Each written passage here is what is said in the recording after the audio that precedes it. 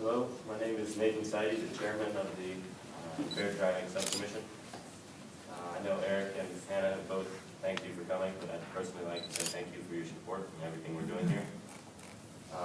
And to begin our presentation, I'd like to tell you a story pertaining to impaired driving. At 5:30 a.m. on July 31st, 1997, a 17-year-old boy was driving under the influence of alcohol in Point Beach, Florida. His name was Jason Hegner. He was enjoying his joyride with a friend in a car that he had stolen from his aunt the night before. His car slid off the shoulder of the road, and he overcorrected, crossed the westbound lane, and entered the eastbound lane, traveling at approximately 70 miles an hour while the speed limit was only 35. The car collided with a computer analyst, and Hegner and his passenger were ejected from the car. This is Hegner's car. Hegner sustained minimal injuries, while his passenger died 3 days later of severe head injuries. Hegner was found to have a blood alcohol content of 0.16, which at the time in Florida was twice the legal limit. The computer analyst was in this car. He died on the scene from multiple lung force hits, and 1/4 of his car was compacted into the area surrounding the driver's seat.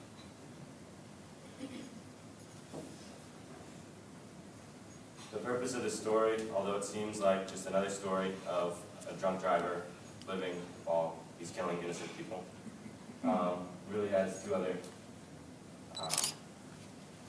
reasons. The first being my reason for applying for this commission, and the second, the necessity for change.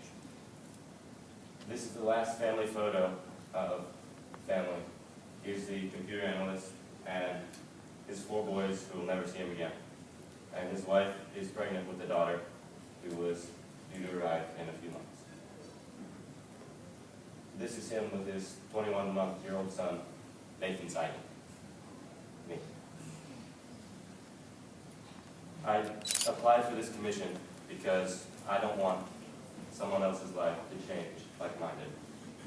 As a 17-year-old boy, I don't want to do what Jason Hegner did to my family 17 years ago. Instead, I want to change several other people's lives in the opposite way by preventing this from happening ever again. The second reason for telling this story was to show the necessity for change. These are the charges against Hegner. 2 counts of vehicular manslaughter, 2 counts of careless and negligent operation of a motor vehicle, driving without a license, and grand theft.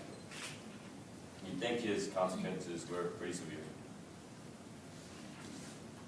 He was released the following day with a $5,000 bail, and nothing further. So now I'd like to talk about the recommendations our subcommittee has come up with. Even in that time, there's been changes since that time. That was in another state, and that was in 1997. So there have been some changes. But there's still several stories similar throughout the nation and throughout Georgia, even today. So we have devised some suggestions as to what should happen if you are caught drinking and driving and you're underage. If you look up here, we have the consequences for a .02 to a .04, 6-month license suspension, 2 months of ignition interlock system, and 10 hours of community service. And each increment, the consequences get higher, all the way up to the legal limit and higher, which we recommend having a 12-month license suspension, 12 months of an ignition interlock system, and 40 hours of community service or a week in jail. That's set to the judge's discretion. These consequences may seem pretty harsh for a high school kid who's made a dumb mistake, but I think it's either that or you do like Hegner and affect the family's life forever. That's in your notes as well. The next thing we talked about was a traveling expo truck that would drive throughout the state. speaking about the legislation concerning drinking and driving, any sort of impairment, texting and driving, and encourage safe driving. All public schools would be required to schedule an expo at least once every 2 years. And because we don't have control over private schools as we do with public schools, we would have it available to private schools as well. Now I'd like to switch over to another document.